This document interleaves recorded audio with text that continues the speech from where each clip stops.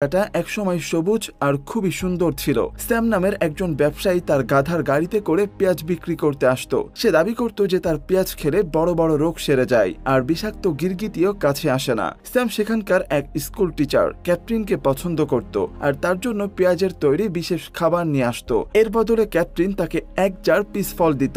শহরের সব পুরুষই ক্যাথরিনকে পছন্দ করত, তাই স্যামের সাথে তার এই বন্ধুত্ব তাদের ভালো লাগতো না। একদিন বৃষ্টির কারণে স্কুলের ছাদ চুইয়ে পানি পড়তে থাকে।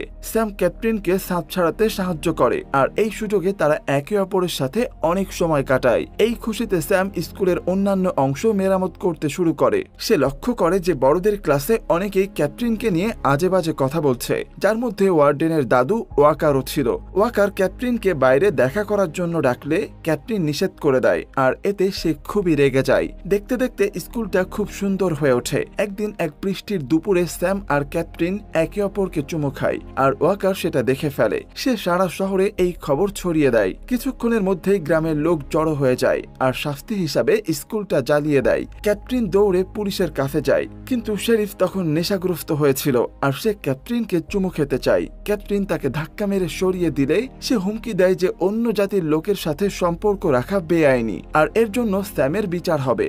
ক্যাথরিন ভয় পেয়ে স্যামকে সাবধান করার জন্য দৌড়ে যায়, কিন্তু ততক্ষণে অনেক দেরি হয়ে গিয়েছিল। গ্রামের লোকেরা নৌকায় বসে থাকা স্যামকে গুলি করে মেরে ফেলে। কিছুক্ষণ পর ক্যাথরিন ফিরে আসে আর সেই শেরিফকে গুলি করে মেরে ফেলে এবং তাকে চুমু খায়। সেই দিনই ক্যাথরিন ওই শহর ছেড়ে চলে যায় আর কিসিং কেট নামে পরিচিত হয়ে ওঠে। গল্প আবারও বর্তমানে ফিরে আসে।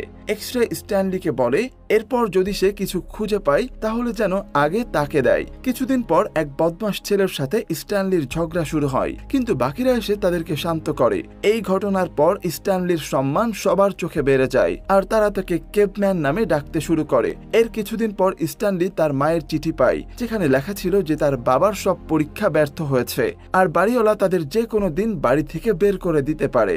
জিরো লেখাপড়া জানতো না, তাই সে স্ট্যানলিকে চিঠি পড়তে দেখে খুবই ইমপ্রেস হয়ে যায় আর তাকে রিকোয়েস্ট করে যাতে স্ট্যানলি তাকে পড়াতে শেখায়। কিন্তু স্ট্যানলি বলে যে সে সারাদিন কাজ করে খুবই ক্লান্ত থাকে, তাই তার পক্ষে পড়ানো সম্ভব নয়। পরের দিন গর্ত খোঁড়ার সময় স্ট্যানলি একটা ছোট্ট জিনিস খুঁজে পায়, যার উপর কেবি লেখা ছিল। এক্স-রে জিনিসটা তার হাত থেকে নিয়ে নেয়। পেন্ডেন্সকি জিনিসটা দেখে দৌড়ে গিয়ে ওয়ার্ডেনকে খবর দেয় আর সবাই এটা দেখে অবাক হয়ে যায় যে ওয়ার্ডেন আসলে একজন সুন্দরী মহিলা।